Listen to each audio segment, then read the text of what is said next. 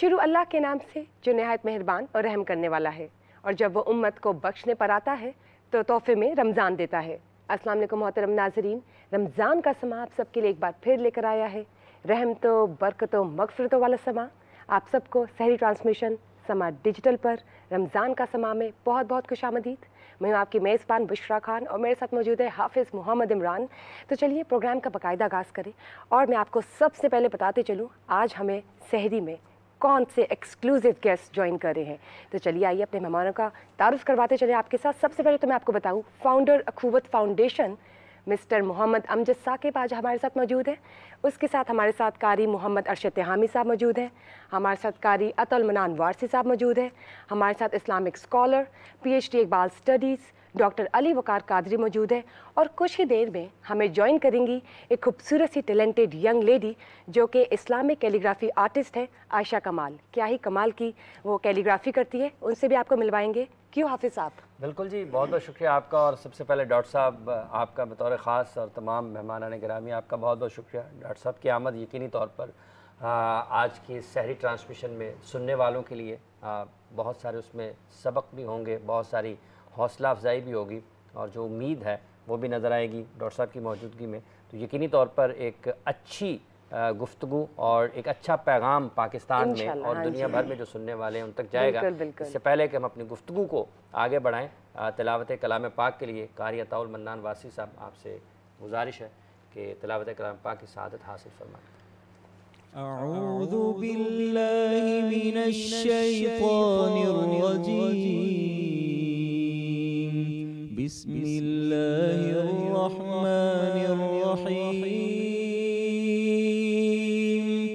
अम्मन हाज़ल्लज़ी हुवा जुंदुल लकुम यंसुरुकुम मिन दूनिर रहमान, इनिल काफिरून इल्ला फी गुरूर।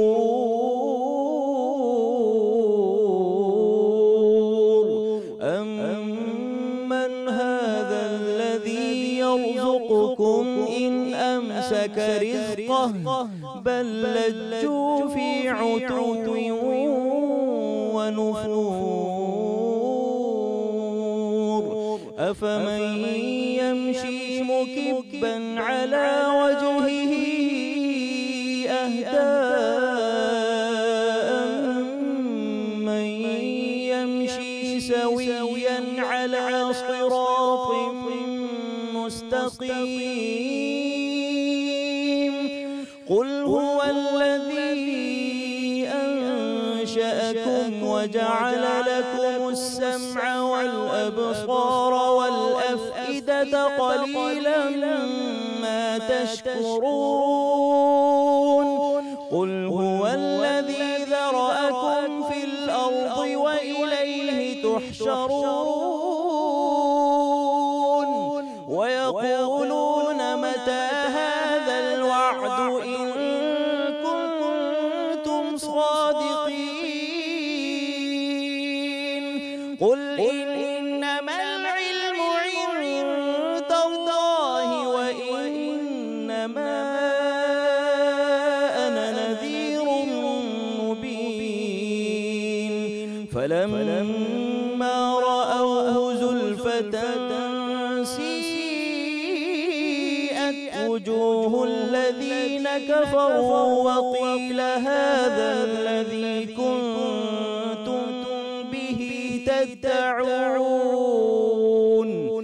क़ुल अरअयतुम इन अहलकनी अल्लाहु वमन मई औ रहिमना फमन युजीरुल काफिरीन मिन अज़ाबिन अलीम। क़ुल हुवर्रहमानु आमन्ना बिही व अलैहि तवक्कलना फसतअलमून मन हुवा फी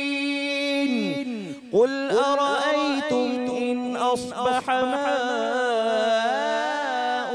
गौरा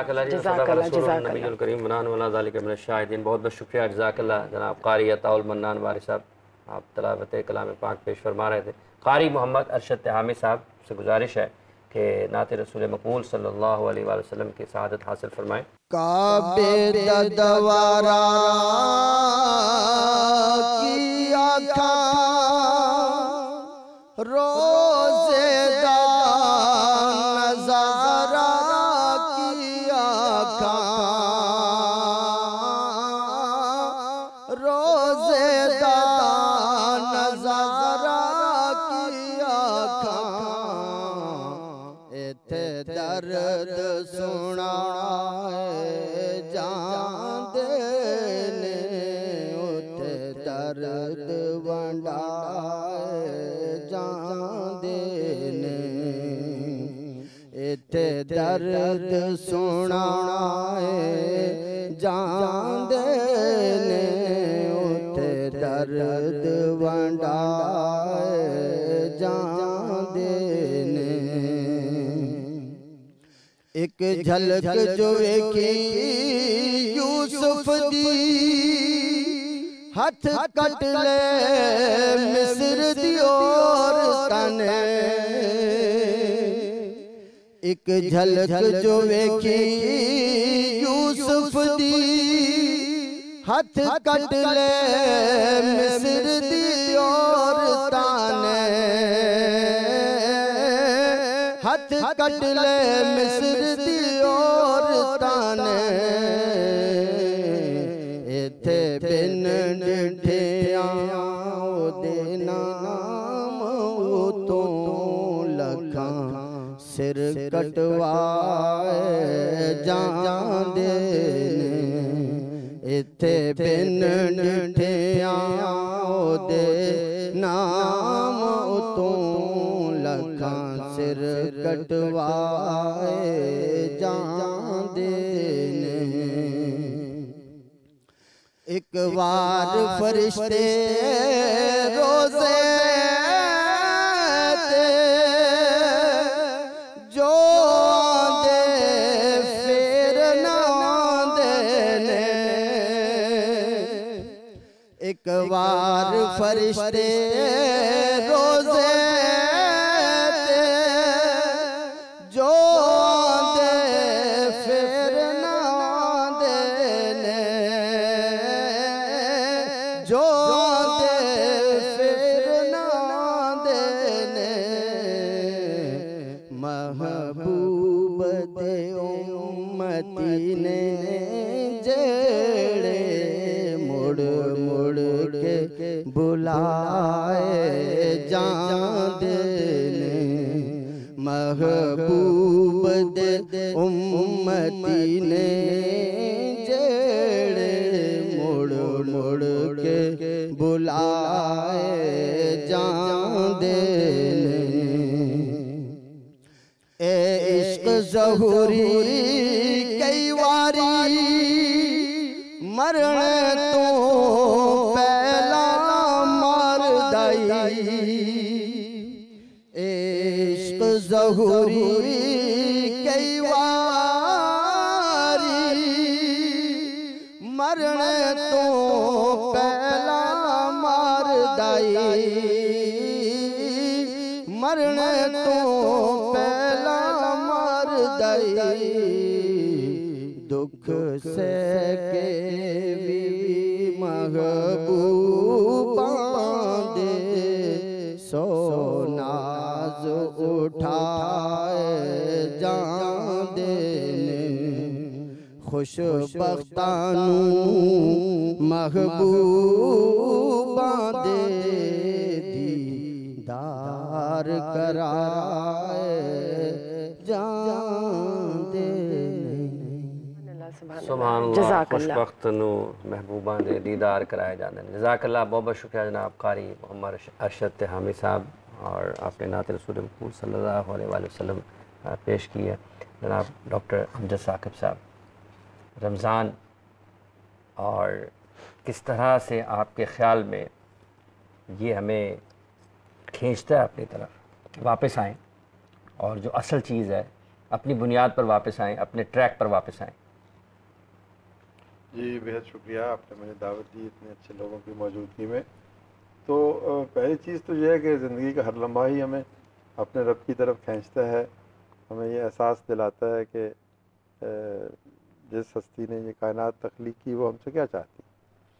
तो इन दिनों में और भी ज़्यादा खसूसियत है, अल्लाह ताला की कुर्बत के हसूल की काविशों में हम और ज़्यादा मगन होते हैं, और नबी पाक सल्लल्लाहु अलैहि वसल्लम की ज़िंदगी भी इसी अमर की गवाह है कि वो, मुझे एक साहिब दीन कल बता रहे थे कि वो इन दिनों में ज़्यादा कुरान पढ़ते थे, पहले भी पढ़ते थे लेकिन और ज़्यादा, फिर इन दिनों में और ज़्यादा सखावत करते थे, और फिर इन दिनों में और ज़्यादा तबलीग करते थे लोगों को उनकी तरबियत और उनकी अखलाकियात के हवाले से।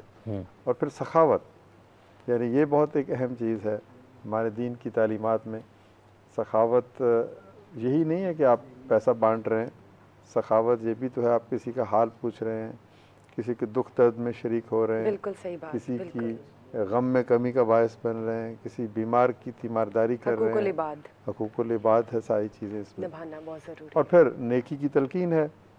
तो इस हवाले से मैं समझता हूँ कि हम सब खुशकिस्मत हैं कि अगर हमें अच्छी सेहत के साथ ये महीना मुयस्सर आता है तो हम ये तीनों काम करें, और एक माहौल भी होता है, एक फ़ज़ा भी ऐसी बन जाती है कि रूह परवर फ़ज़ा है, हर शख्स नेकी की दौड़ में, फिर सहरी है और फिर अफ्तारी है, तो अल्लाह का नाम गूंजता है मसाजिद में, दिलों में, गली कूचों में। तो मैं तो बड़ा खुशकिस्मत, मतलब एक ऐसा महीना जिसमें खाना पीना भी ज़रूरत भी है और रहमत भी है और नेकी भी है। बिल्कुल इबादत है, इबादत है। तो यानी ये सारी चीज़ें देने में हैं।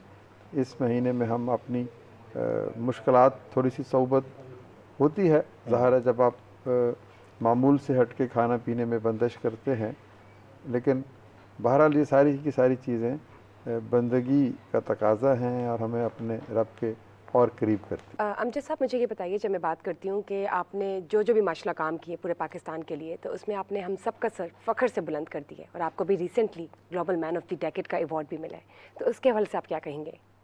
मैं क्या कह सकता हूँ, मतलब जो भी काम किया जाता है वो तो मैंने जैसे पहले कहा कि सब कुछ अल्लाह की रज़ा के हसूल के लिए होना चाहिए।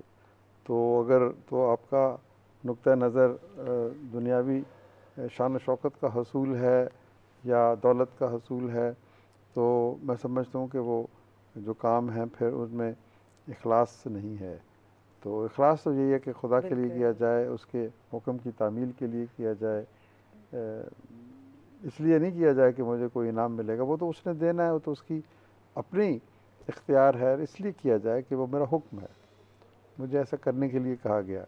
तो जो हमने खिदमत की वो भी हमारा फ़र्ज़ है, उस खिदमत को अगर कोई एक्नॉलेज करता है तो ये अच्छी चीज़ है, बट ये मतमे नज़र नहीं होना चाहिए। बिल्कुल, तो मतमे नज़र अगर ये है तो फिर आपको ये चीज़ें तो मिल जाएंगी, शायद खुदा की रज़ा से आप महरूम हो जाएं, लेकिन वो बहरहाल ये सारी चीज़ें खुदा के हजूर जो भी वो जिसको जो चाहता है अता करता है। तो मुझे खुशी इस बात की होती है कि हाँ, आपकी अगर खिदमात को एक्नॉलेज किया गया तो इसका मतलब है कि नेकी को एक्नॉलेज किया गया। नेकी को आज भी लोग नेकी को तस्लीम करते हैं। और फिर इसके अलावा हमारे वतन की एक अच्छी तस्वीर दुनिया में जाती है कि हम जैसे आम तौर पर पाकिस्तान के बारे में बैनुल अक़वामी तसव्वुर जो है वो कुछ अच्छा नहीं होता, तो अगर आपके मुल्क में कोई अच्छे लोग मौजूद हैं, अच्छे अदारे मौजूद हैं, अच्छे स्पोर्ट्समैन मौजूद हैं, तो वो सारे के सारा पूरी दुनिया में एक पाकिस्तान के लिए एक एज़ाज़ का बायस बनता है। तो इन हवालों से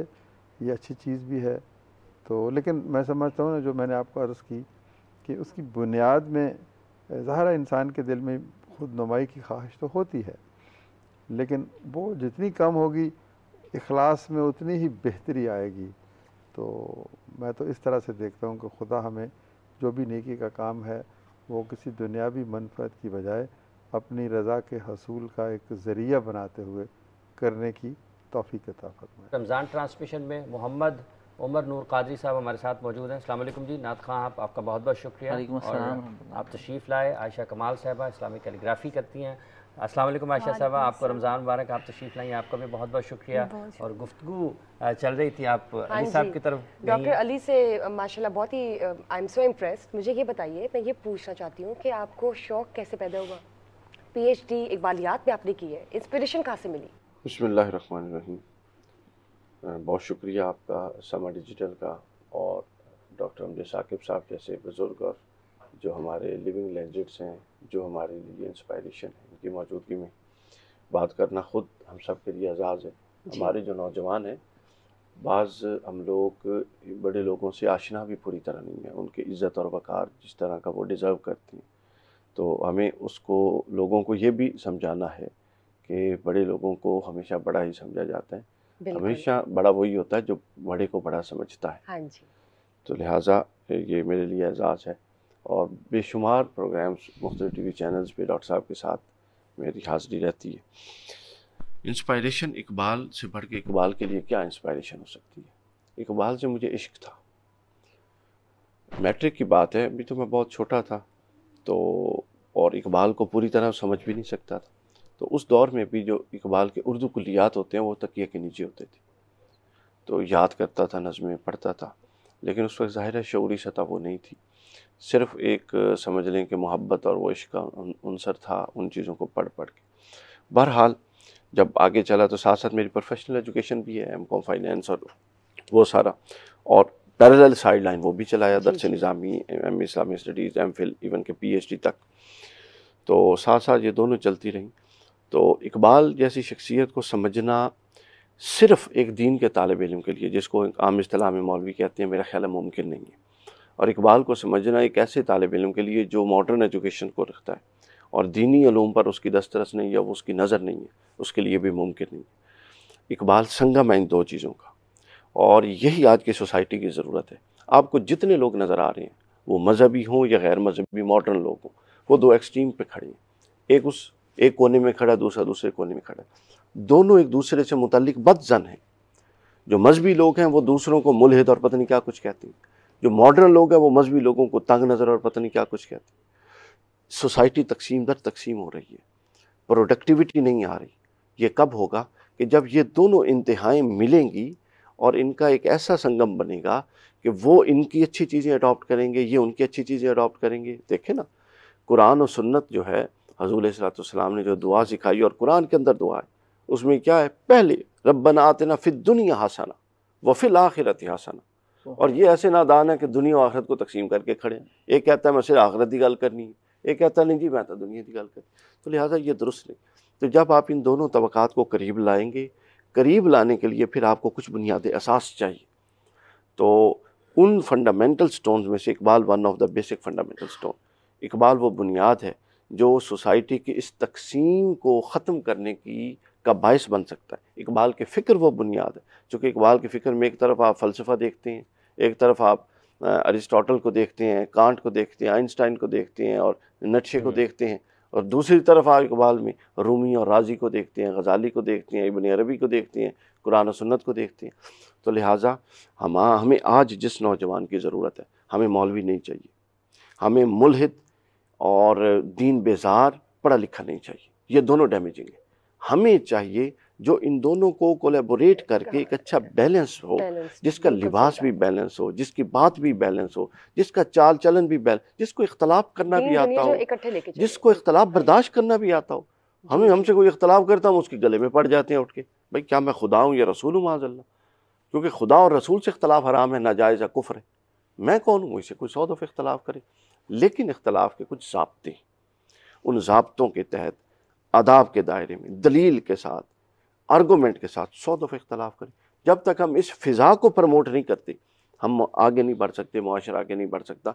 जिस मुआशरे में लोगों को इख्तलाफ करना नहीं आता, वो मुआशरे तबाह हो जाते।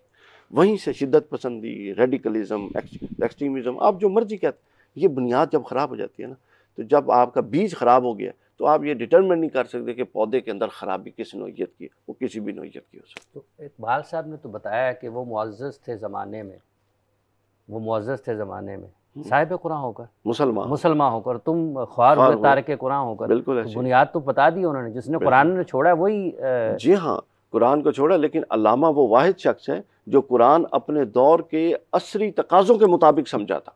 हमने महज कुरान को याद करके या तर्जुमे नहीं पढ़ने, कुरान तो तस्खीर कायनात का दर्स देता है, तो हम कितने तस्खीर कायनात है। कुरान तो इजादात का दर्स देता है, हमने कितनी इजादात कर ली हैं।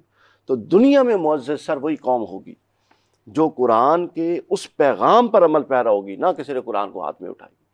समझ आइए। तो इकबाल ने बिल्कुल ठीक कहा था कि वो ज़माने में मुअज़्ज़ज़ थे मुसलमान होकर, और इससे बड़ी वो कहते हैं और तुम ख्वार हुए तारिक कुरान, कुरान तुम्हारे पास है और तुम्हें कुछ नहीं करवाने के लिए क्या।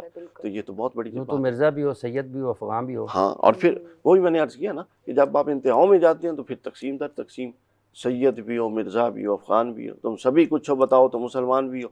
अब इस दौर में इकबाल होता तो वो कहता तुम बरेलवी भी हो, दियोबंदी भी हो, शिया भी हो, अहले हदीस भी हो, ये बताओ कि मुसलमान भी हो कि नहीं। बुनियादी तौर पर तो सवाल उठाया ना, फिर उन्होंने आज तक उसका जवाब ढूंढ रहे हैं, है भी हो कि नहीं। बिल्कुल नहीं जवाब मिल सका, नहीं मिल सका ना जी। दुरुस्त बात है, आई डू एग्री। कादरी साहब, नाते रसूल मकबूल सल्लल्लाहु अलैहि वसल्लम के लिए गुजारिश आपसे ये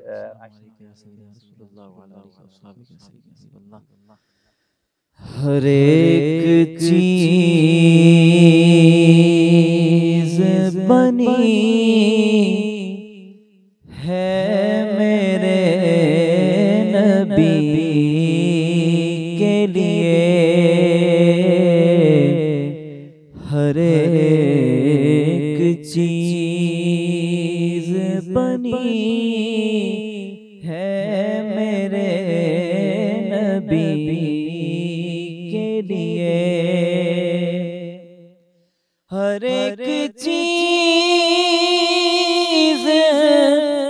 बनी है मेरे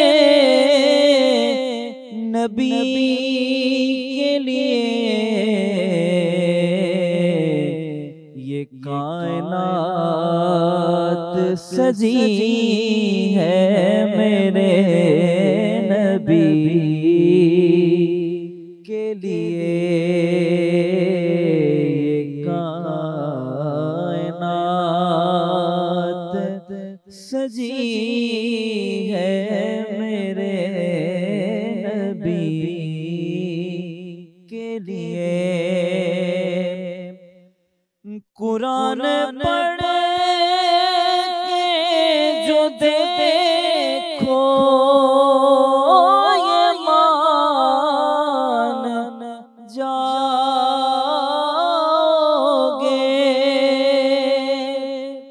कुरान पढ़ के जो देखो ये मान जाओगे,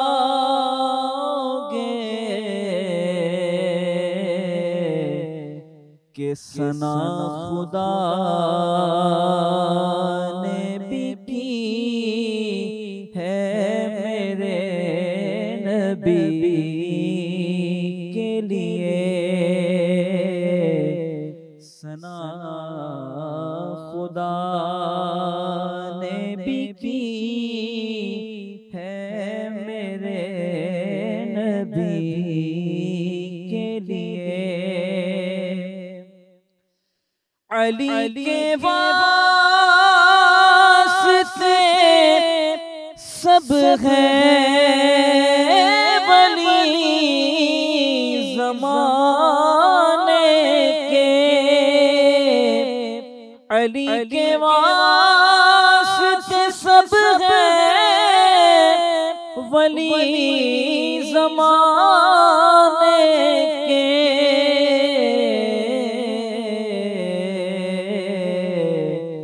कसम अली की अली है मेरे नबी के लिए, कसम अली की अली है मेरे नबी के लिए। ज़मीने बला में हुसैन की गर्दन, ज़मीने बला में हुसैन की गर्दन,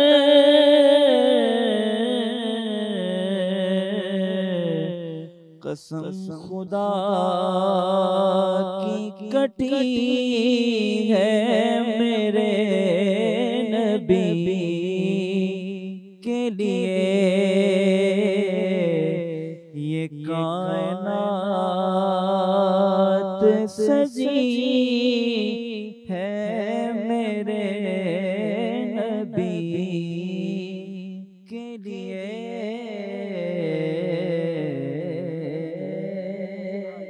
सुभान अल्लाह जी, ये कायनात सजी है मेरे नबी के लिए सल्लल्लाहु अलैहि वसल्लम। जी आयशा, मुझे ये बताइए, जब आप हम इस्लामिक कैलीग्राफी की बात करते हैं तो कैलीग्राफी करने का शौक़ कैसे पैदा हुआ? जी, सबसे पहले तो मैं आपका शुक्रिया अदा करना चाहूँगी। मुझे नहीं पता था कि ये इतनी प्यारी महफ़िल है जहाँ पे हमारे सर ग्रेट हमारे पर्सनैलिटी मुझे उनके साथ बैठने का मौका मिलेगा, और ये दूसरी दफ़ा माशाल्लाह। तो मैं बहुत बहुत ऑनर फील कर रही हूँ। You are most welcome. तो मुझे बचपन से ही शौक़ था तो कैलीग्राफी का। जब मैं का। कुरान पाक पढ़ती थी, जब छोटी थी, तो तभी मुझे कुरान पाक पढ़ती थी तो जो अल्फाज होते हैं कुरान पाक के, वो मुझे हवा में नज़र आते थे अपने सामने। तो फिर मैं उनको लिखने की ऐसे कोशिश करती थी, तो तभी से मुझे शौक़ हुआ। फिर मैंने लिखना शुरू किया, तो फिर जब लिखती थी तो उसको कैनवस पे जब लिखना शुरू किया तो वो इतने अच्छे लिखे गए, तो फिर मुझे और ज़्यादा खुशी होती। तो ये जो आइडियाज़ आते हैं कैलीग्राफी को डिफरेंट तरीके से आप परफॉर्म करती हैं, बनाती है, इसकी पेंटिंग करती है, तो वो कैसे खुद से ही? वो देखें, एक आर्टिस्ट जो होता है ना, वो स्टार्ट में जब कैलीग्राफी वर्ड लिखना शुरू करता है ना, तो उसको लिखते लिखते उसका अपना ही स्टाइल बन जाता है। तो मैंने ट्रेडिशनल से स्टार्ट किया, तो फिर उसमें मॉडर्न कैलीग्राफी को साथ मिक्स करके तो फिर अपना स्टाइल उसको क्रिएट किया। बहुत बहुत खूब बात, बहुत प्यारी बात है। अच्छा, क्यों आप मुल्क से बाहर भी नुमाइश होती है? पाकिस्तान में तो अमूमी तौर पर कहते एक मेरे यहाँ से भी बना दे यार कोई, तो ये नहीं देखता है इसमें उसकी कितनी मेहनत है, उसके कितनी मेहनत होना चाहिए। ये भी ज़रा दो मुख्तलिफ चीज़ें हैं। वहाँ तक जो आपने बाहर की नुमाइश, उस हवाले से भी ज़रा बताइए। जी, मैंने पाकिस्तान एम्बेसी की तरफ से मैंने एग्जीबिशन की हैं 3 एग्जीबिशन की, मास्टर क्लास की, तो वहाँ उससे बहुत ज़्यादा मुझे पजीराई मिली, तो वो बहुत अच्छा एक्सपीरियंस था। अच्छा जी, बाहर लोग आर्टिस्ट की बहुत वैल्यू, बहुत कदर यूरोप में आपने की एग्जीबिशन? जी, यूरोप में की। तो माशाल्लाह मौका कैसा मिला, ये भी बताइएगा सर। ये एक एम्बेसडर सर थे, सर सज्जाद हैदर खान साहब, उन्होंने मुझे ये मौका दिया, तो मैं उनकी हमेशा शुक्रगुजार रहूँगी। तो उससे फिर अब पूरी दुनिया में मुझे इनविटेशन आ रहे हैं, और मैं एक्सपीरियंस कैसा है वहाँ पे, क्या आपको रिस्पांस मिला? क्योंकि वहाँ पे तो ऑब्वियसली हमें पता है कि मुस्लिम्स भी होते हैं, नॉन मुस्लिम्स भी होते हैं, तो नॉन मुस्लिम्स का रिस्पांस कैसा था? वही मैं कह, इतना अच्छा, मतलब उनको, और उन्होंने खरीदी? जी, खरीदी। और ये भी था ना कि उनको समझ नहीं आ रही थी कि ये क्या लिखा हुआ है, लेकिन वो इतना उनके साथ वर्ड के साथ कनेक्ट कर रहे थे, उनको अच्छे लग रहे थे कि ये कितने अच्छे लग रहे हैं, और आप लिखती रहीं और हम देखते रहें। वो तो कुरान का इजाज़ है ना बुनियादी तौर पर। लेकिन आप सब ये देखिए ना, असल उसने डाल दी। यूजुअली कैलीग्राफी का यहाँ पे नोशन है ना कि ज़्यादा उनको पैसे नहीं मिलते, मतलब वो लोग पैसे नहीं कमाते जो कैलीग्राफी आर्टिस्ट होते हैं। तो आप बताएं कि आप अर्न करती हैं बैलेंस, पूरे बैलेंस के साथ, या नहीं आप फ्री में भी करके देती हैं? नहीं, फ्री में कभी मैंने किसी को गिफ्ट तक नहीं दी कभी भी। यानी हमें भी नहीं मिलेगी? नहीं। तो ये है ना, पहले मैंने सोचा ही नहीं था, मैंने ये कभी भी नहीं सोचा था कि मुझे इससे इतना रिस्क मिलेगा, मैंने कभी नहीं सोचा था। मुझे शौक ही इतने, और मैंने ये नहीं सोचा था कि देखिए आज मैं कहाँ बैठी हूँ। मैं तो अल्लाह की तरफ से ना, रमज़ान की बाबरकत। तो मुझे ये लगता है कि मैं जो कुरान पाक लिखती हूँ, ठीक है, वही अदा अल्लाह को पसंद आ गई, उसी के सदके मुझे इतना कुछ नवाज आपका एक पीस मिनिमम बताएं कितने का बिक जाता है? जो सबसे छोटा साइज है ना वो 1 लाख से स्टार्ट होता है। जो अच्छा, सबसे really? छोटी। कोई 10-20 हज़ार 15,000 इस तरह की रेंज में कोई भी नहीं है? नहीं वो तो 50 लाख लाख से और 1 start होता करोड़ है। तक मिलती है। Nice, wonderful. जी अल्हम्दुलिल्लाह। और अच्छा जी, रिस्पॉन्स है बायर्स का? बहुत अच्छा अल्हम्दुलिल्लाह। अब तो मेरे पास टाइम नहीं होता, 4-4 माह बाद का उनको टाइम देते हैं कि आपको ऑर्डर दें। चले, गुड टू नो कि माशाल्लाह कैलीग्राफी का इतना स्केल और इतना स्कोप है ऑल ओवर द वर्ल्ड के लोग खरीदते हैं। बिल्कुल अच्छा जी। response अच्छा है। डॉक्टर आना चाहिए इसमें। साहब, रमज़ान में हम हैं, अमूमी तौर पर पाकिस्तान में ये सोच पाई जाती है किसी भी अच्छे काम के लिए भी बहुत ज़्यादा रुकावटें होती हैं, जायज़ काम के लिए कुछ ज़्यादा होती हैं। तो ये जो अखुवत है इसके रास्ते में कितनी रुकावटें क्या अब भी आती हैं? चैलेंजेस। नहीं, सबसे पहले तो मैं बेटी को मुबारकबाद देना चाहता हूँ, डॉक्टर साहब को भी मुबारकबाद देना चाहता हूँ। देखें, ये कुरान लिखती हैं, वो कुरान पढ़ते हैं, वो कुरान समझते हैं इकबाल के आईने में। तो ये सारा कुछ जो भी दुनिया में खैर बरकत है, विजडम है, फहम व फरासत के सरचश्मे हैं, वो कुरान की डिवाइन गाइडेंस से फूटते हैं। बेशक। तो आप उसका इजहार करते हैं, क्या तरीके हैं। कोई शायरी में, अब इकबाल ने कहा कि मेरी शायरी में कोई भी शायद ऐसा शेर नहीं है जो कुरान की तशरीह नहीं है।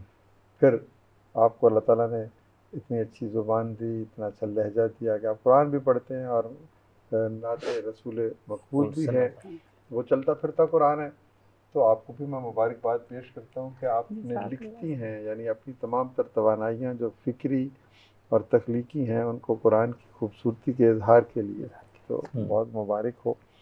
तो बहरहाल ये तो माशाल्लाह इन्होंने लेकिन ये बात बता दी कि इनकी काफ़ी मुआवजा है। तो हम अखुवत यूनिवर्सिटी जो एक फलाही अदारा, उसके लिए कहेंगे कि कुछ हमें तोहफा पेश करें यूनिवर्सिटी के लिए। तो बाकी जो है मुश्किलात, तो देखें वो गालिब ने कहा कि मुश्किलें इतनी पड़ी मुझ पे कि आसान हो गई। तो मुश्किल देखें, कभी कभार मुश्किल अपनी गलतियों से आती है और कभी कभार ये अल्लाह ताला की तरफ से एक इम्तिहान भी होता है कि खुदा भी तो वो ऐसे तो कहता है ना कि ऐसे नहीं है कि तुम नेकी यूं ही पालोगे। तो कुछ ना कुछ मेहनत, जद्दोजहद, ईसार, कुर्बानी, मतलब हज़रत इमाम हुसैन अलैहिस्सलाम की मिसाल ले लें, क्या नेकी ऐसे ही मिल गई? क्या अज़मत इंसानी जो है उसका रुतबा हासिल हो गया? नबी पाक सल्लल्लाहु अलैहि वसल्लम की ज़ात मुबारक को देखें, कहाँ कहाँ मुश्किल नहीं आई, राह की सोबतें थीं, कांटों पे चलना पड़ा, पत्थर खाने पड़े अजीज़ व अकारब ने। तो ये तो इतने बड़ी बड़ी हस्तियाँ हैं, तो हम तो कुछ भी नहीं है। तो हमें भी आजमाया जाता है, हर इंसान को आजमाया जाता है कि उसका इस्तिक़लाल कितना है, उसके अंदर यकीन कितना है। देखें, ज़िंदगी में कामयाबी के 2 असूल हैं, खुदा पे यकीन और फिर ख़ुद पे यकीन। तो जब ये दोनों यकीन साथ हों, नबी पाक सल्लल्लाहु अलैहि वसल्लम की भी एक हदीस का मफ़हूम है कि जिस शख्स ने उम्मीद और यकीन के साथ कोई दुआ की तो वो समझे कि उसकी दुआ कबूल हुई। तो ये उम्मीद और यकीन है। मुश्किलात तो आती हैं, अब मैं आपको क्या बताऊं कि मुश्किलात किस नौइयत की थी। माली मुश्किलात होती हैं, ह्यूमन रिसोर्स अच्छा नहीं मिलता, आपको रिस्पांस अच्छा नहीं मिलता, आपके अपने हौसले कभी मांद पड़ जाते हैं, आपको अपनी कभी फ्रस्ट्रेशंस मुख्तलिफ होती हैं, आपकी ज़ाती ज़िंदगी के कुछ ऐसे मसाइल होते हैं जो आपकी मंजिल की राह में रुकावट बनते हैं। तो एक अपने अंदर इंसान कंफर्ट जोन बनाता है, उससे निकलना भी एक बहुत मुश्किल मरहला होता है। तो मुश्किलें नहीं हैं। सबसे बड़ी एक ही चीज़ मैं कहता हूँ कि अगर सबसे बड़ी कोई मुश्किल है तो मैं ख़ुद हूँ, कि मैं क्या ख़ुद इतनी जुस्तजू रखता हूँ कि अपनी मंजिल तक पहुँचने में कामयाब हो जाऊँ। तो जितनी वो कमिटमेंट अपनी ज़ात के अंदर है उतनी बड़ी कामयाबी मेरी मुंतज़र है। तो अल्लाह ताला। अच्छा डॉक्टर साहब, एक बात अभी आपने फरमाई शुरू में भी कि जो भी आप अच्छाई कर रहे हैं उसका जो मकसद है वो ये कि रज़ा इलाही है। दुनियावी जो ज़ाहिरी शान व शौकत है या कामयाबियाँ, उसका हुसूल वो नहीं है मकसद उसका। तो जो जितना मुस्तकिल रहता है इस्तकामत के साथ, दाएं बाएं से उसके ऊपर हमले भी वैसे ही होते हैं कि थोड़ा भटक जाए, निकल जाए दाएं बाएं। मैंने आपको सामने एक आइडियल सिचुएशन रखी है कि हमारा हर काम रज़ाए इलाही के लिए होना चाहिए, उसके सिवाय नहीं होना चाहिए। लेकिन हम इंसान है ना, खता भी करते हैं। तो ये उसके अंदर जितनी प्योरिटी होगी उतनी आप तकवा की बड़ी मंजिल पे होंगे। इखलास जितना इखलास होगा ज़्यादा वो, और ये भी खुदा की देन है और इंसान की अपनी तक़दो का नतीजा भी है, लेकिन वो सब कुछ भी तो खुदा की तरफ से मिलता है। लेकिन ये मुमकिन नहीं है, कम से कम मैं तो कई दफ़ा ख़ुद भी अपने आप को इस तजर्बे से गुजारा कि क्या हर चीज़ मेरी खुदा के लिए, तो वो जवाब नहीं में मिलता है। अच्छा। लेकिन कोशिश होनी चाहिए।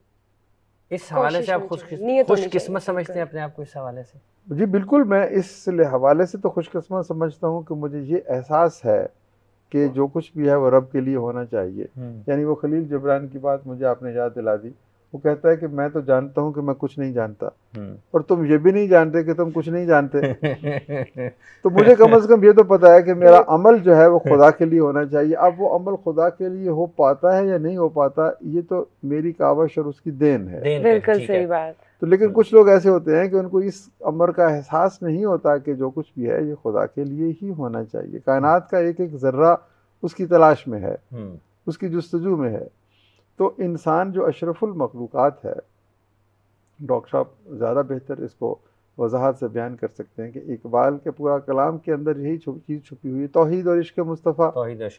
और ये तौहीद और इश्क़ मुस्तफ़ा में अगर इखलास नहीं है, इसमें रियाकारी है, इसमें ज़ाती गिरज़ोगायत है, इसमें ताजो तख्त की ख्वाहिश है, शोहरत और नामो नमूद की इसमें आरज़ू है, तो फिर ये या बंदा खुदा बन या बंदा ज़माना, तो हम दोनों तरफ चलने की कोशिश करते हैं। तो बिल आखिर थकार के यारो हमने भी तस्लीम किया, अपनी ज़ात से इश्क है सच्चा, बाकी सब अफसाने हैं। तो कभी हम अपने आप के अंदर ही गुम रहते हैं। एक कॉलर ले लीजिए। अस्सलाम वालेकुम। जी वालेकुम सलाम। जी मैं शफाक बात कर रहा हूँ जी, शेखपुरा से। जी शफाक साहब, क्या कहना चाहते हैं? जी मेरा मसला ये है कि मैं ट्रैवल करता हूँ जी लाहौर की तरफ रोजाना अपने कारोबार के सिलसिले में। तो रास्ता आप सबको पता है जिस तरह बहुत लंबा है, 50-60 किलोमीटर का फासला है। तो इसमें रोजे का शरई क्या हुक्म है, क्योंकि भूख प्यास का शिकार हो जाता बंदा, तो इसके बारे में जरा मुफ्ती साहब से आगाही चाहिए थी मुझे। अच्छा जी, अच्छा ठीक है जी। आपको चाहिए कि आज मुफ्ती साहब, आज असल में मुफ्ती साहब नहीं है, डॉक्टर साहब हमारे साथ मौजूद हैं। डॉक्टर साहब तो डॉक्टर वाली बात कर जी जी रहनुमाई फरमाएं। अच्छी बातों में चलें, आपने सवाल ले लिए, डॉक्टर साहब को कंटिन्यू करने देते। देखें, जो शरई सफ़र है उसकी मिकदार जो है वो 92 किलोमीटर से शुरू होती है। 92 किलोमीटर से शुरू होती है रोज़े के लिए? रोज़े के लिए, रोज़े के लिए भी और कसर नमाज के लिए भी हुक्म एक ही है, 92 किलोमीटर से। अब फिर यहाँ पर फिर इख्तलाफ है फ़ुक़हा में कि वो 92 किलोमीटर आपके घर से शुरू होंगे या आपके शहर की फसील से शुरू होंगे, कि आप लाहौर से निकल रहे हैं, लाहौर से शुरू, बाउंड्री शुरू, आप फ़ायदा भी ले लें, घर से भी शुरू कर लें। तो 92 किलोमीटर के अंदर जो है वो आपकी, उसको शरई सफ़र नहीं, वो लोकल ट्रैवलिंग है, उसमें रोज़ा छोड़ने की इजाज़त नहीं है। बाकी और कोई इस तरह की मुशक्क़त है, वो तो किसी तरह की भी हो तो रोज़ा छोड़ने की इजाज़त है और बाद में कज़ा कर लें। इस्लाम में आसानियाँ हैं, पाबंदियाँ नहीं हैं। मसलन कोई ऐसी आपको बीमारी है, कोई ऐसी तकलीफ़ है, फॉर द टाइम बीइंग कोई ऐसा इशू आ गया, तो आप रोज़ा कज़ा करके बाद में रख सकते हैं। लेकिन ये इन्होंने जो सफ़र की ज़हमत की बात की, तो इस ज़हमत में ये ज़हमत ऐसी नहीं है कि इसमें सफ़र में रोज़ा छोड़ा जाए। यानी कि शहर से बाहर जब 92 किलोमीटर जो शरई सफ़र है वो आप पार कर लें, छोड़ सकते हैं, तो फिर आप कज़ा कर सकते हैं, लेकिन आपने बाद में रखना है, वो बाद में रखना। लेकिन अफजल यही होता है कि रख लें। लेकिन जो अहले तशी मकतब फ़िक्र है, फ़िक्र जाफरी है, उनमें जो शरई सफ़र है उसमें रोज़ा रख ही नहीं सकते। बिल्कुल। तो कोई हमारा भाई सुन रहा हो तो उसको प्रॉपर गाइडेंस देनी चाहिए। ठीक है। डॉक्टर साहब, जब मैं आपकी अखूबर फाउंडेशन की बात करती हूँ, तो आपका अखूबर फाउंडेशन वर्ल्ड वाइड और पूरे पाकिस्तान में मशहूर है कि वो बिना सूद के कर्ज़े फ्राहम करता है। बिना सूद के कर्ज़े फ्राहम करना बहुत ही रेयर बात है, क्योंकि आपको पता है आजकल जो बैंकिंग सिस्टम है वो भी सूद के बगैर नहीं है। और आप लोग इस सिस्टम को कैसे लेके चल रहे हो? ये सिस्टम इतना कामयाब कैसे है? इवन कि अब तो रिसर्च हुई है वर्ल्ड वाइड कि this system has to some extent some transparency and some achievements, good output. देखिए, बात यह है कि हम सब रमज़ान के महीने में बैठे हैं, अल्लाह की रहमत से हम मुसलमान हैं, खुदा को मानते हैं, खुदा की मानते हैं, खुदा के रसूल को सल्लल्लाहु अलैहि वसल्लम को मानते हैं। लेकिन बदकिस्मती से हमारा जो अमल है ना, वो इन तमाम बातों के मुनाफी है। यानी खुदा पाक ने अपनी किताब में सबसे ज़्यादा बड़ी बात कही कि मुझसे जंग न करो। तो हम कैसे ये मुझे नहीं खबर कि हम क्यों ये काम करने की जुर्रत करते हैं कि मतलब और किसी शय के बारे में इतनी सख्ती से अहकामात नहीं आए। तो हम जो है ना मगरब की चकाचौंध के सामने यूँ सर झुका दिया, जैसे डॉक्टर साहब ने फरमाया कि इकबाल ने मगरब को पढ़ा, मगरब के हर फ़लसफ़े को पढ़ा, हर शायरी को पढ़ा, अदब को पढ़ा, सीखा भी होगा, लेकिन उन्होंने मगरब के रूबरू मगरब की चकाचौंध के सामने सर नहीं झुकाया। खीरा न कर सका मुझे जलवाए दानिश फ़रंग, सुरमा है मेरी आँख का खाके मदीना व नजफ़। तो खाके मदीना व नजफ़ ने वो बसीरत और वो बसारत अता की कि वो उनके आगे झुके नहीं। अब हम एक ऐसे मुआशी निज़ाम के ग़ुलाम बन गए हैं जिसमें सूद जैसे इस्तेहसाली जो तसव्वुर को सबसे बुलंद समझा जाता है। तो न जाने ये एडम स्मिथ ने हमें क्या सिखा दिया।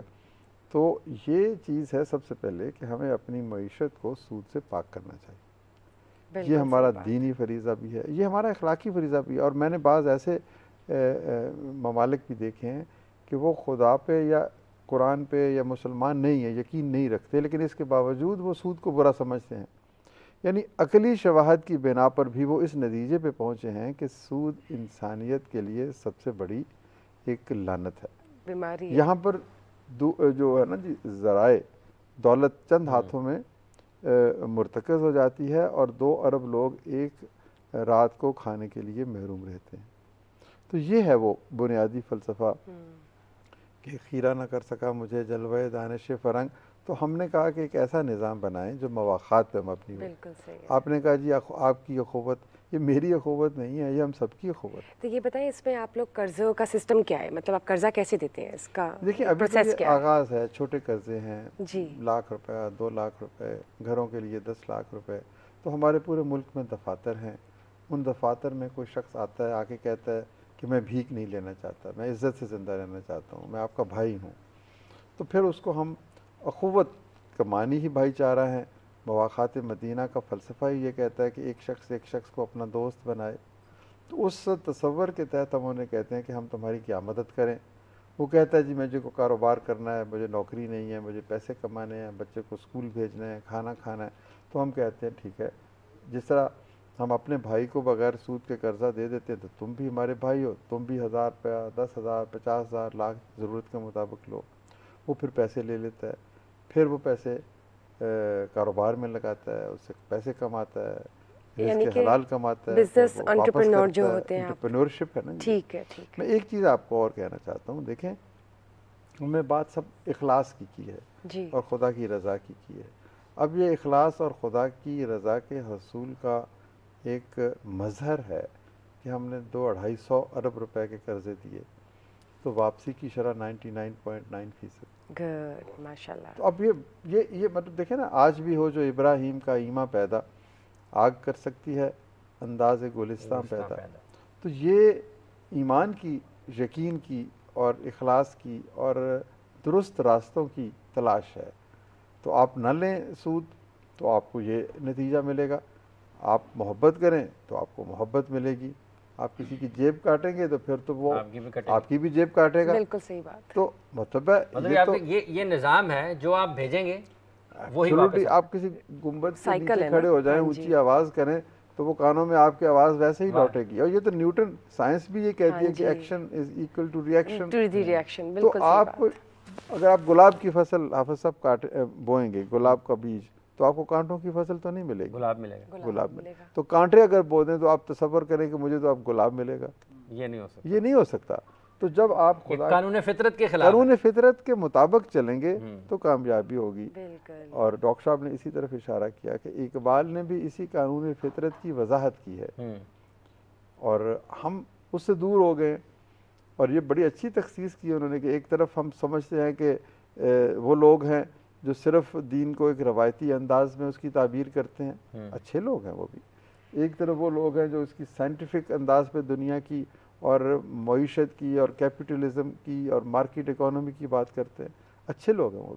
हाँ जी। लेकिन हम इन दोनों की जो अच्छाइयों को एक मरकज़ पर लाके बुराइयों से पाक करके ब्लेंड, तो यही कोशिश है कि दीन और दुनिया का इम्तजाज जो है। बड़ी खूबसूरत बात है आज की, इन्होंने जो कहा कि जो दुआ है वो सिर्फ दुनिया में भलाई नहीं है, रब्बना आतिना फिद दुनिया, और पहले हमें दुनिया में भेजा गया, पहले तो आखिरत में नहीं भेजा गया ना, पहले दुनिया को तो अच्छा करके दिखाएं, बिल्कुल, फिर ही हम आखिरत की जो भलाई की तमन्ना कर सकते हैं। तो ये तमन्ना आबरू की है अगर गुलजार हस्ती में, तो कांटों में उलझ कर ज़िंदगी करने की खू कर ले। तो मैं अब वापस आपके सवाल की तरफ आता हूँ कि मुसीबतें बड़ी हैं, लेकिन इन कांटों में ज़िंदगी गुजारने की खू जो है, यही आपको फिर कामयाबी देगी। सितारों से आगे जहाँ और भी मुसीबत। एक कॉलर है जी हमारे साथ। अस्सलाम वालेकुम, कौन साहब हैं, कहाँ से हैं? सना बात कर रही हूँ गुजरावाला से। जी सबा बताइएगा। जी मेरा सवाल था कि क्या रोजे की हालत में लेजर ट्रीटमेंट करवाने के हवाले से इजाज़त है? रोजे की हालत में लेजर ट्रीटमेंट? अच्छा, लेजर ट्रीटमेंट, ठीक है, लेजर ट्रीटमेंट। बहुत शुक्रिया, आपने गुजरावाला से फ़ोन किया है। लेज़र ट्रीटमेंट, जी इसका क्वेश्चन का आंसर ये है कि जो लेज़र ट्रीटमेंट है, रोज़े के अमूर होते हैं जिससे आपके जिस्म में कोई ऐसी शय दाखिल हो जिससे आपको एनर्जी हो, जी तो इसलिए इसका उससे कोई ताल्लुक नहीं। तो लेज़र ट्रीटमेंट जो भी आपने करवानी है वो रोज़े में रोज़ा कायम रहेगा, कोई प्रॉब्लम तो हो सकती है, गुंजाइश है। ठीक हो गया, ठीक हो गया। और हमारे यहाँ वैसे भी रिवाज बन गया ना, निकी निकी बात से रोज़ा तोड़ देते हैं। मौका सही है, सही यानी कि ढूंढते रहते हैं जी। 50 असल में पता है क्या है, हाँ। हमने ऐसा वर्जन मुतारफ़ करवा दिया है, आप यकीन कीजिए अगर ये लोग बच गए ना तो बाकी सब बच जाएंगे। ऐसा फूलों का गुलदस्ता था, उसको उल्ट दिया और जो पीछे डंडियाँ नहीं होती थी वो सामने रख दी हैं और कहने को है ये तो फूलों का गुलदस्ता है। यानी आप यूं चीज़ों को मैनिपुलेट कर दिया गया है पूरे के पूरे दीन को। तो इकबाल साहब ने तो यही बयान किया ना, यूँ उसको बिल्कुल वो क्या कहते हैं, खुद बदलते नहीं कुरान को बदल देते हैं, हुए किस दर्जा फ़कीहान हरम बे तौफीक। आप बताइए क्या कह रहे थे? मैं ये अर्ज़ कर रहा हूँ कि आपको सबसे ज़्यादा कौन सा ऐसा कलाम है इकबाल साहब का जो ड्राइव करता है हर वक्त? सबसे जो मुझे इकबाल का कलाम, बहुत इकबाल के तो खैर बहुत सारे कलाम हैं जिनके जो ज़िंदा कलाम है, जो आप पढ़ें तो आपकी रूह में अगर पजमुर्दगी भी है और दिल अगर उसमें कुछ गम और कुछ हुज़्न भी की कैफियत भी है तो वो ज़िंदा कर दे। ये इकबाल के कलाम में तासीर है और ये इकबाल के सीने की तासीर है जो कलाम में मुंतकिल है। लेकिन जो सबसे ज़्यादा है वो है खुदी का सिर्र नेहा ला इलाहा इल्लल्लाह। इसको अगर आप गौर करें ना तो जो आपकी खुदी है उसका जो राज है, इकबाल कहता है वो किस में छुपा हुआ है? इसमें छुपा हुआ है कि तेरे कुछ भी नहीं है सिवाय अल्लाह के। तो अगर इस राज को पा गया कि कुछ नहीं है सिवाय अल्लाह के, ला इलाहा इल्लल्लाह। अब इलाह क्या है इसको समझ जाएंगे आप। तो ये पिछला फरसा सुन, इलाह ये है कि आपने बात जिसकी माननी है वो आपका इलाह है, जिसके आगे झुकना है वो आपका इलाह है, जिसके आगे अपनी ख्वाहिशात पेश करनी है वो आपका इलाह है। सिर्फ तस्बीह और सजदा नहीं करना, जिसके साथ अपनी मुनाजात करनी है वो आपका इलाह है, जिसके साथ अपना कल्बी ताल्लुक़ बनाना है वो आपका इलाह है, जो आपका सबसे बड़ा कंसर्न होना चाहिए वो आपका इलाह है। समझ आइए ना। तो इन तमाम तसव्वुरात के तहत खुदी का सिर्र नेहा ला इलाहा इल्लल्लाह। आपकी खुदी आपकी पर्सनैलिटी है। पर्सनैलिटी की डेवलपमेंट का जो राज है वो इसमें है कि अगर तुम्हारा ताल्लुक़ अपने रब के साथ इतना गहरा हो जाए तो तुम उस सफ़र में आके। बहुत खूब और बेहतरीन बात की आपने। एक कॉल ले लेते हैं जी। अस्सलाम वालेकुम। अस्सलाम वालेकुम जी, आपका नाम? मैं कराची से। जी नाम बताइए। जी कराची से बोलिएगा। तो क्या रोजे में वो बच्चे को दूध पिला सकती हैं? अच्छा जी, ये इस तरह के जो इश्यूज़ होते हैं ना, ये बेसिकली उलमा से पूछने के, स्कॉलर से पूछने के नहीं होते। ये इशू बेसिकली मेडिकल इश्यूज़ होते हैं जो डॉक्टर से पूछने से मुताल्लिक है। अगर माँ की सेहत इजाज़त देती है तो पिला सकती है, अगर माँ की सेहत इजाज़त नहीं देती तो नहीं पिला सकती। लेकिन आपका रोज़ा कायम रहता है? जाहिर है रोज़ा तो कायम रहता है। ठीक। अगर इजाज़त देखें, रोज़े से जुड़ा हुआ है सर। रोज़े का ताल्लुक माँ के जिस्म के अंदर कोई शय दाखिल होने से है जो उसको एनर्जी तो नहीं दे रही। पॉइंट को समझिए। ऑल राइट, ठीक है। तो अगर डॉक्टर इजाज़त देते हैं, माँ की सेहत ऐसी है, जाहिर है बच्चा दूध 2 साल का पीता है, ठीक तो बच्चे की डिलीवरी हुई है, पता नहीं अब वो ऑपरेशन के ज़रिए हुई है, माँ की सेहत क्या है, कोई मेडिकेशन तो नहीं चल रही, कोई ब्लड की कमी तो नहीं है, और बिल्कुल आगाज़ में अगर डॉक्टर कहते हैं कि वो 12-14 घंटे की फास्टिंग को मेंटेन कर सकती है फीडिंग के साथ तो करे, नहीं कर सकती तो बिल्कुल ना करे। ठीक हो गया जी। अस्सलाम वालेकुम।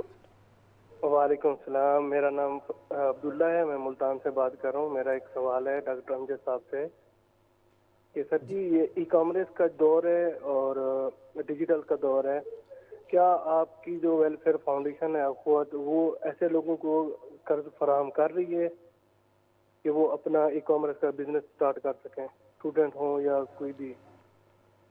जी हाँ, ये बड़ा अच्छा सवाल है।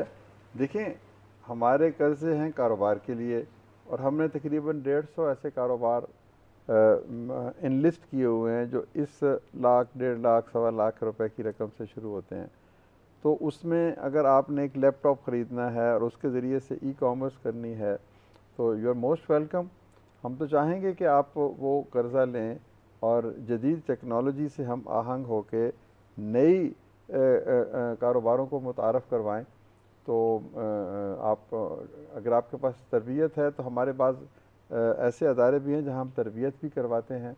तो आप ग्राफिक डिज़ाइनिंग की तरबियत कर सकते हैं, अमेज़ॉन की, ई कॉमर्स की, आर्टिफिशियल इंटेलिजेंस की, कई किस्म की ट्रेनिंग्स ले सकते हैं। और लेने के बाद अगर आप अच्छी कारकर्दगी का मुजाहरा करें तो आप हमसे बग़ैर सूद के कर्ज़ा भी ले सकते हैं और वो कंप्यूटर लेके काम शुरू कर सकते हैं। ये पहला स्टेप है। उसके बाद अल्लाह ताला, हमारे पास ऐसे बच्चे भी हैं जो अब 6 फिगर्स में अपनी माहाना आमदनी कमाते हैं। तो आगाज़ करें, बिस्मिल्लाह, हमें तो खुशी होगी। आप हमारे मुतल्लिका मुल्तान में हमारे कई दफातर हैं, आप वहाँ पर किसी भी दफ्तर में चले जाएं, लेकिन आपको साबित करना पड़ेगा कि वो पैसे आपने वाकई कारोबार पे खर्च करने हैं। तो अगर आपने कहा कि जी हमने मोबाइल खरीदना है, जैसे अभी आप कह रही थी, यूट्यूब चैनल की वजह से बात करी थी। नहीं, वो यूट्यूब चैनल भी मतलब अगर तो कारोबारी नौयत के लिए है तो ज़रूर, मतलब है उसको समाजी ज़रूरतों के लिए, कपड़े बनाने के लिए, घड़ी खरीदने के लिए, लग्जरीज के लिए तो वो नहीं, आप ज़रा एतराज़ करते हैं कि वो ऐसा काम हो जिससे आपकी वेल्थ क्रिएशन हो, आपका रेवेन्यू जनरेट हो, आपकी अपनी रिज़्क़े हलाल में इजाफा हो। मुझे ये बताएं, ज़रूर जी, बहुत खुशी होगी। Sir sorry to cut you, मुझे ये बताएं कि अगर कोई स्टूडेंट है जो बिल्कुल भी कमाता नहीं, कमाने का कोई ज़रिया नहीं है आगे पीछे, और वो अप्लाई करता है, तो आप फिर उसको किस बेसिस पे नहीं, स्टूडेंट वो किस मकसद के लिए लेना चाहता है, पहले हम ये देखेंगे। आप उसका वो देखते हैं तो कि अगर तो वो प्रपोजल कितना सॉलिड है, उसके पास अगर कोई स्किल नहीं है तो पहले स्किल ले ले। ठीक है, स्किल लेने के बाद वो हमसे ये ले ले। स्किल लेने के लिए हमारी अपनी, हमने मुख्तलिफ जो जगहों पर हमारे सेंटर्स हैं वहाँ पर लैब्स मौजूद हैं, वहाँ पर कंप्यूटर्स मौजूद हैं। कोई आके आदमी काम करके पहले साबित तो करे कि मैं काम कर सकता हूँ। और फीमेल्स की परसेंटेज ज़्यादा है जी, फीमेल भी कोई तखसीस नहीं है, बाज़ का फीमेल ज़्यादा हो जाती हैं, बाज़ का बच्चे ज़्यादा हो जाते हैं। तो बल्कि हम चाहते ये हैं कि ख़वातीन जो हैं, क्योंकि ये वो काम है ई कॉमर्स का और ये इस तरह का टेक्नोलॉजी का, वो घर में बैठ के कर सकती हैं। जी जी, उनको सफ़र नहीं करना पड़ेगा। डिजिटल जो ज़राए हैं जी, वो घर में बैठ के अपने जाएं, कहीं बाहर नहीं जाना पड़ेगा, आमदोरफ्त में कमी आएगी, अखराजात में कमी आएगी। तो ख़वातीन के लिए तो ये और भी अच्छा है। बहरहाल वो घर से बाहर भी मेहनत करना चाहती हैं, तो दीनी जो हमारे उसमें कदगन है उसको सामने रखते हुए, जो दीन के अहकामात है सामने रखते हुए, हर शख्स को अपने लिए रिस्क कमाने की इजाज़त है। डॉक्टर साहब, कितना की कर्ज सालाना अखुवत देती है ज़रूरतमंद अफराद को अपने आप को बाइज़्ज़त शहरी बनने के? सवाल है। पहले 10 साल में जब हमने ये काम शुरू किया तो आपने पूछा था ना कि क्या मुश्किलात हैं, तो वो मुश्किलात भी थी, ज़्यादा थी। तो पहले 10 साल में हमने 1 अरब रुपए के कर्ज़े दिए थे, और आज हम 22 बरस हो गए, तो पहले 10 साल में 1 अरब के, आज हम 15 दिनों में 1 अरब के कर्ज़े देते। 15 दिन में? जी, पूरे पाकिस्तान में 1 और अरब इसका रिटर्न आपको, और अब आप सब लोग बैठे हैं माशाल्लाह, नेक लोग हैं सारे, तो दुआ करें कि ये 15 दिन की बजाय 1 दिन में हम 1 अरब के कर्जे दें।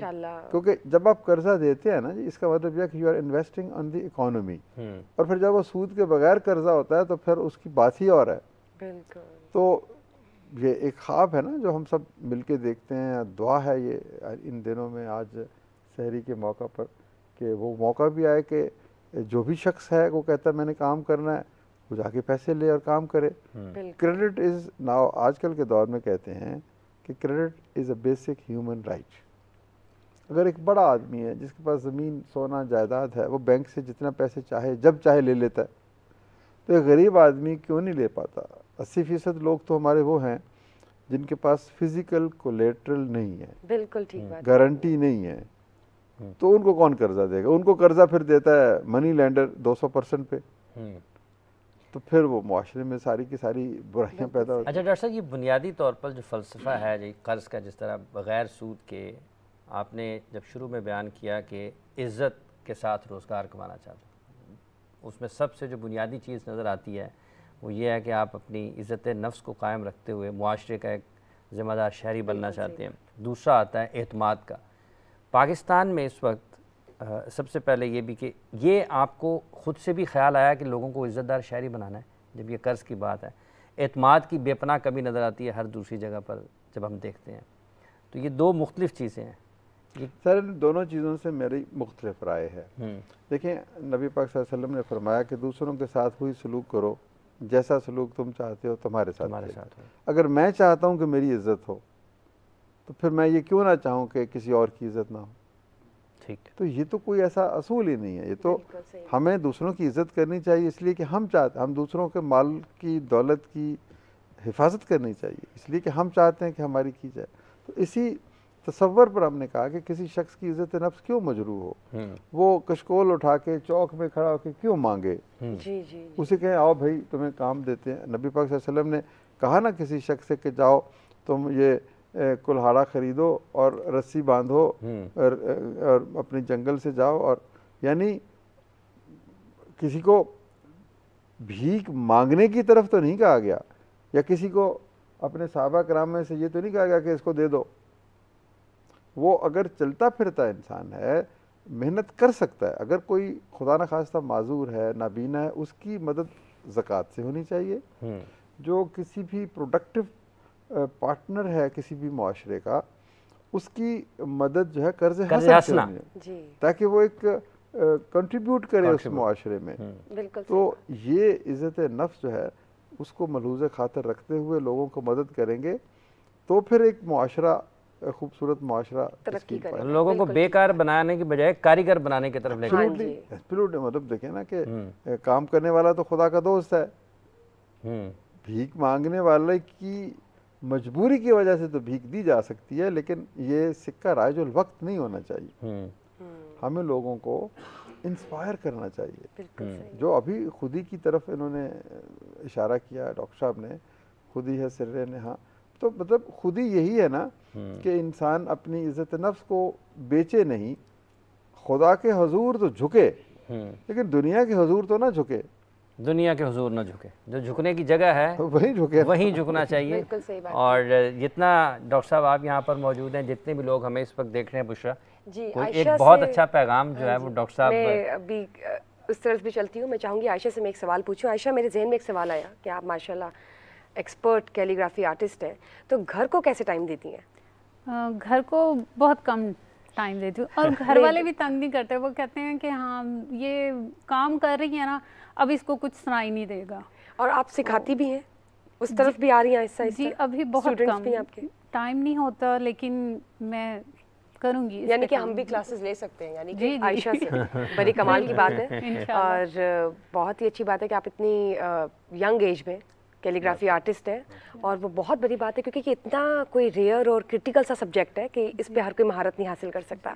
और जब मैं बात करती हूँ अखूवत फाउंडेशन की, तो आप लोग को स्क्रीन पर दिए गए नंबर्स और अकाउंट नंबर नज़र आ रहे होंगे, आप उस पर रब्ता कर सकते हैं। जहाँ पर भी अगर आपके पास हैं, आप अखूवत की वेबसाइट पर जा सकते हैं, आप अखूवत को सर्च करें, लिखें अखूवत फाउंडेशन। आप हर किसी के हाथ में मोबाइल है, और जो इस्तात रखता है कि वो पाकिस्तान के लोगों को, वो लोग जो कि हुनरमंद हैं, वो लोग जिनके पास वसीला नहीं है, वो लोग जो बेरोज़गार हैं और वो कुछ करना चाहते हैं, और वो लोग जो अपने भाइयों की, अपनी बहनों की, अपने बच्चों की, अपने मुस्तकबिल की मदद करना चाहते हैं, उनके लिए अखुव्वत एक ऐसा प्लेटफॉर्म है कि जो वो जाएं, आप डोनेट करें, अतियात दें, और न सिर्फ आप मुल्क की खिदमत करेंगे, अपनी मुस्तकबिल की खिदमत करेंगे, बल्कि इसके साथ साथ इसमें आपके लिए यकीनी तौर पर आखिरत का भी बहुत बड़ा सामान होगा, जो कि आपके लिए, जब आप किसी के लिए करते हैं, जो आप देंगे वही आपके पास वापस आना है। और इसी प्लेटफॉर्म पर आज यही बात हुई है कि आपने तकसीम करनी है, और ये याद रखें कि तकसीम अल्लाह के यहाँ वो एक ऐसा फार्मूला है जो आपको ज़रब करके देता है, और रायगा नहीं जाती, और ये एक ऐसी एफर्ट है जो रायगा नहीं जाती। एक नेकी करेंगे तो आपको अल्लाह ताला ने अपनी शान के मुताबिक मंजाबिल हसनति फलाहु वशरु अमसालिहा, तो आप जब अल्लाह का हुक्म है और अल्लाह का कलाम है तो फिर तो आप आंखें बंद करके मदद करें अखुवत की। बिल्कुल, रमज़ान मुबारक का महीना है, तो प्लीज़ आप लोग को मौका मिल रहा है कि आप लोग अपनी डोनेशंस, सदकात, अतियात दें, और उन लोगों को मौका दें जो वाकई डिज़र्व करते हैं, जिनमें टैलेंट है, जो आगे निकल कर आएँ और अच्छे तरीके से, अच्छे एक पॉजिटिव तरीके से, पॉजिटिव अप्रोच से अखुवत के ज़रिए अपना मुस्तकबिल संवार सके। और ये हम सब की, पाकिस्तान की मुस्तकबिल की बात हो रही है, तो अखुवत फाउंडेशन को ज़रूर आप लोग सपोर्ट करें। इससे ये होगा कि हम सबको एक तरफ से एक ज़रिया है कि हम सबको सपोर्ट किया जा रहा है, और ये हमारी तरफ से भी एक छोटा सा एक उसमें अपना हिस्सा है। अल्लाह ताला आप सबको भी हिम्मत दे। डॉक्टर साहब आप तशरीफ़ लाए, आपका बहुत बहुत शुक्रिया। मैडम आयशा आप तशरीफ़ लाएँ, आपका बहुत शुक्रिया। डॉक्टर साहब आप तशरीफ़ लाए, आपका बहुत शुक्रिया। कादरी साहब आपसे गुजारिश है कि नातिया कलाम पेश फरमाएँ, और फिर आपकी नात के साथ ही हम अपने देखने वालों से भी इजाज़त चाहेंगे। जितने भी लोग इस वक्त सहरी में देख रहे हैं, आप लोग नातिया कलाम सुने, और फिर हम मिलेंगे इंशाल्लाह, अफ्तारी में मिलेंगे, मुलाकात होगी। जी सर।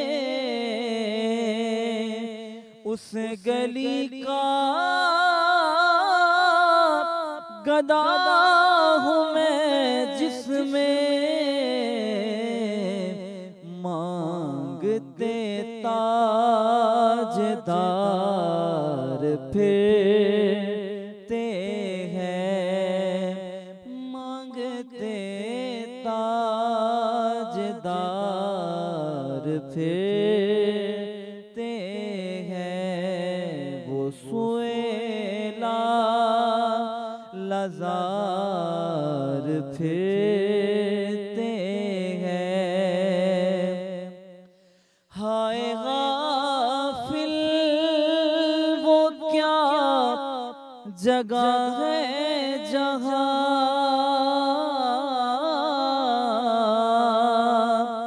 हाय गाफिल वो क्या जगह है जहाँ पाँच जाते हैं चार फिरते हैं, पाँच जाते